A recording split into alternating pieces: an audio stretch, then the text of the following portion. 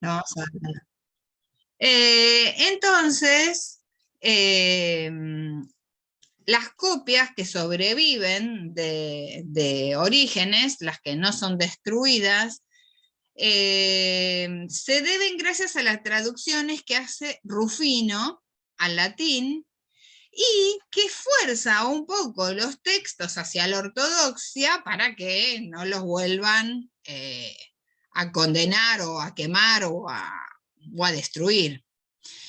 Y entonces sus traducciones no son muy exactas. Además, ya ahí hay una traducción del griego al latín.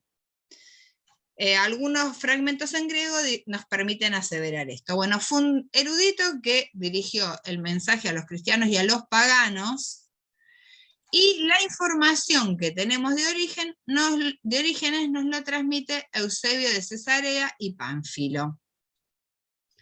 Eusebio de Cesarea es muy importante porque transmite un montón de información de su época, y es un poquito posterior a Orígenes.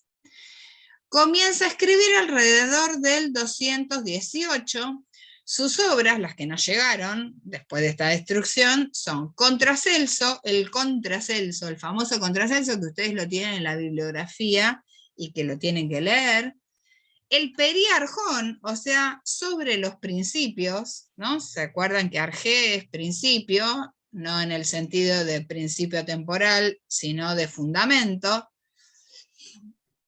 Y en sus libros, él asevera que conoce 20 versiones de los evangelios, pero quejándose por el pésimo estado de conservación de los documentos y por las malas interpretaciones. ¿Sí? Hace un comentario sobre el Evangelio de San Juan, especialmente el San Juan importante para la mayoría. El Evangelio de San Juan se lo suele llamar el Evangelio filosófico, pero además el Evangelio de San Juan empieza en el Juan 1:1, en donde dice en arjé, en jo logos, o sea, en el principio, el logos, y dice, y toda la, que el logos, la creación, en fin. Este logos es lo que los evangelios nuestros traducen como verbo o palabra, ¿sí? Que sería pensamiento, idea, palabra, discursos, ¿no? Theos sin artículo. El padre, cuando habla de Dios, es Joseos. ¿Por qué hace estas aclaraciones acá Danielú? Porque por esta especie de cadena que va a haber y que interrelaciona a Dios con el verbo, con el logos y esta relación hijo-padre, ¿no? Ahora van a ver por qué. Y acá empiezan las cuestiones. ¿Cuál es el tema central de este periodo? ¿Cuál es un tema de mucha importancia en todo este periodo? Un tema central es el de la providencia. Yo estuve dándole ahí varias vueltas. Ustedes saben qué es la providencia divina, quizás algunos, otros no. La providencia divina es que hay como que Dios tiene un plan para la humanidad. Y este plan se desarrolla, se imprime, se desenvuelve en la historia humana, ¿no es cierto? Se concreta. Esta cuestión de la providencia sale de las leyes, del libro de las leyes de Platón, del renglón 899D en adelante. Les leo algunos pedacitos del libro 10, dice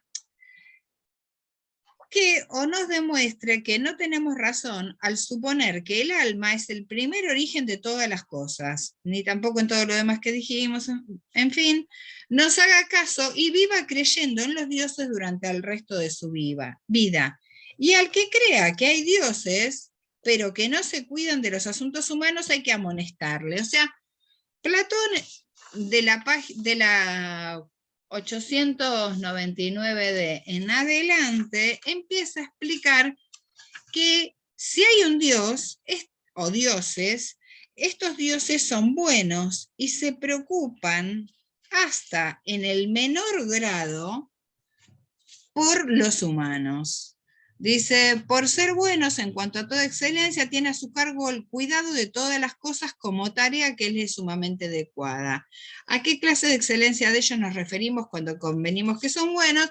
Y él va a hacer una comparación entre Dios, los médicos y los artesanos, y va a decir que el artesano se preocupa hasta cada detalle en una vasija que hace. El médico, y pretende que salga bien y perfecta. El médico se preocupa en cada detalle respecto de la salud de la persona, justamente para obtener la salud de la persona. Entonces, los dioses o Dios se ocupan de cada detalle de la vida de los humanos. Es muy llamativo, porque esto lo está diciendo Platón en Leyes, ¿no?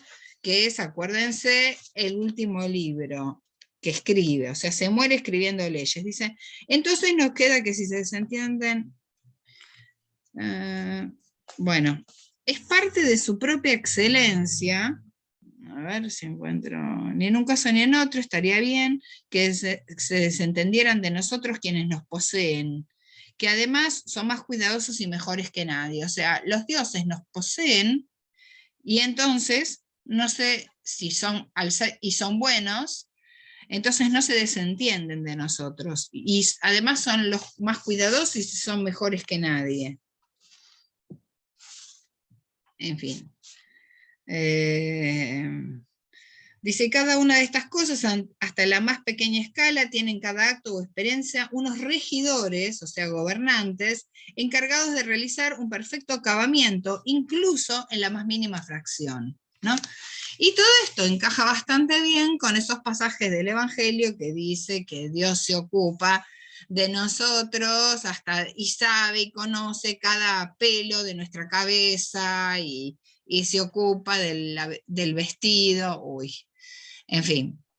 Entonces, Orígenes no es un filósofo convertido al cristianismo, es un cristiano, un misionero, pero que comprende la necesidad de exponer el cristianismo a la intelectualidad de su tiempo. O sea, es un cristiano que se da cuenta que para convencer a otros necesita de la filosofía. Entonces, la actitud hacia la filosofía es doble. Por un lado, la menosprecia, porque es algo del mundo, y del mundo diferente de la fe, pero por otro lado, la usa para exponer o aclarar cuestiones del cristianismo en función de los problemas de su época. Fíjense que lo que señala Cadañelú es que justamente el problema de su época es el tema de la providencia. Y los otros problemas que vienen como consecuencia de la providencia es los demonios, la libertad y el destino, y la manifestación de Dios a través de los oráculos.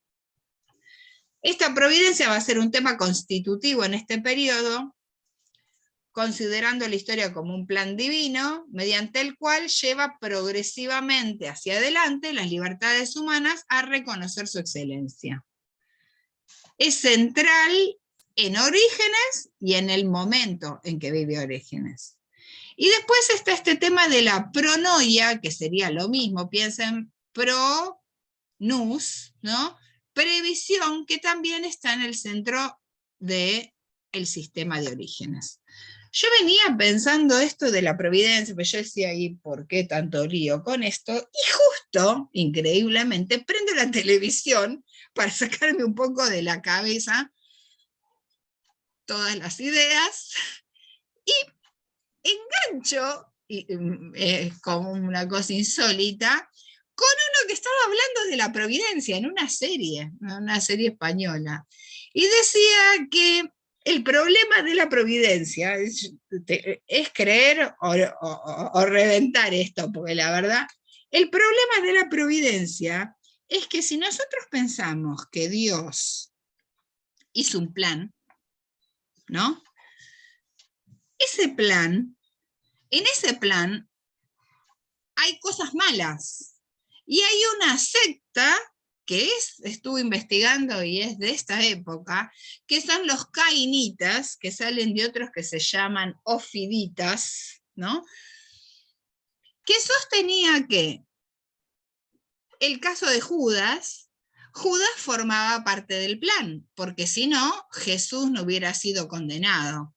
Entonces este Judas formaba parte de este plan de la muerte de Jesús, porque nada queda fuera de la providencia divina, y entonces Dios estaría validando en algún sentido el mal.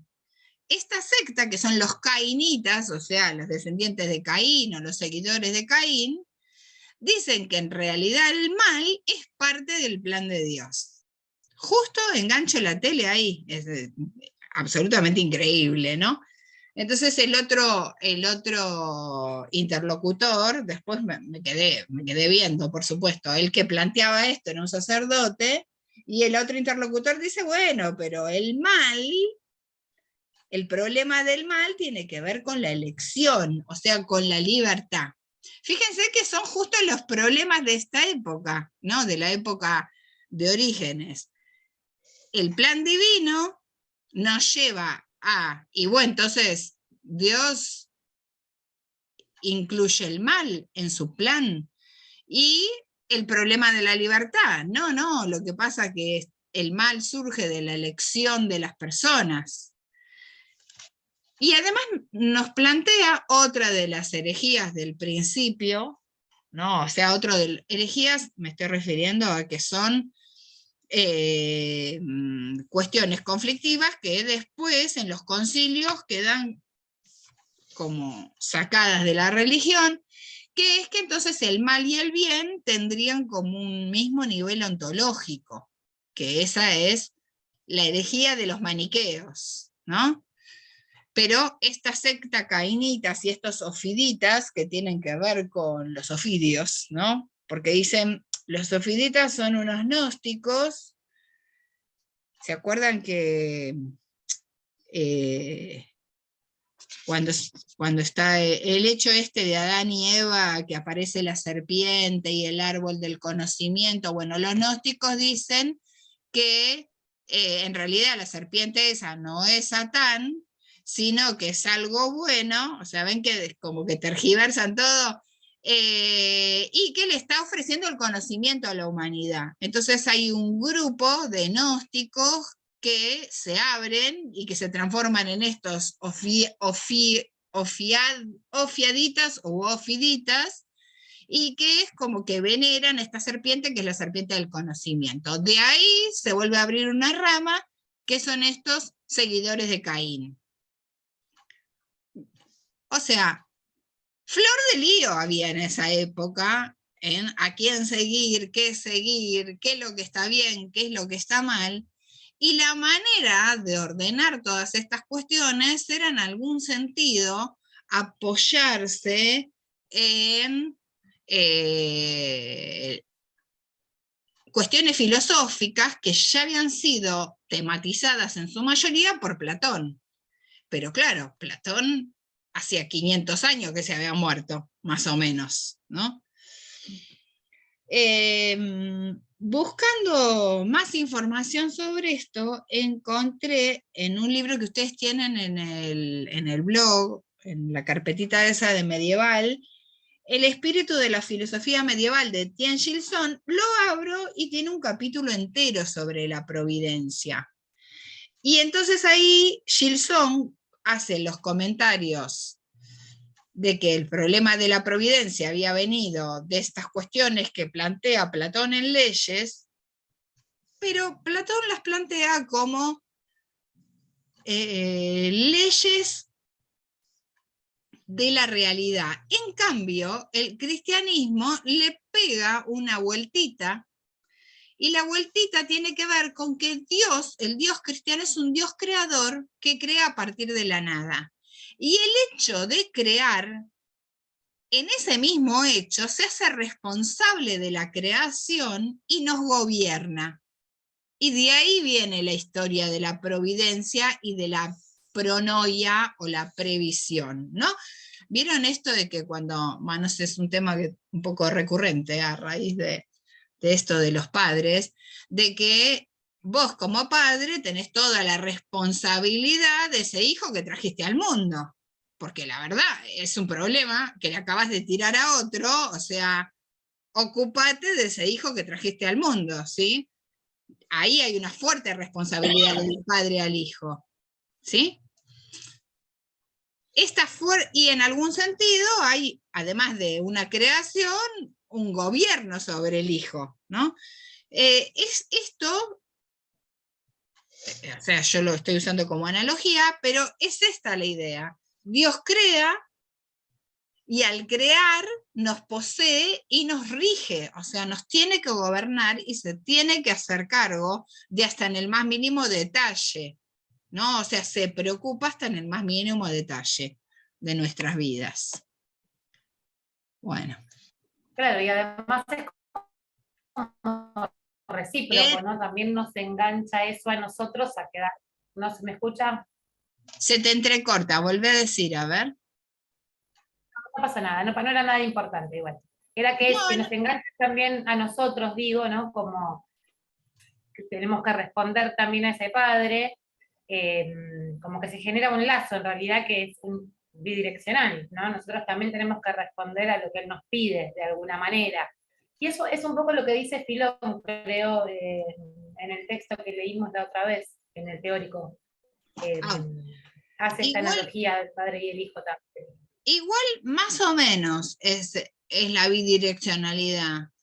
Lo que es interesante es que, o sea, la responsabilidad mayor es de Dios, por decirlo así, y después que se genera esta cuestión de que este Dios se ocupa de cada persona. Entonces, las dos ideas importantes del medioevo, que es la creación a partir de la nada y la idea de personas, como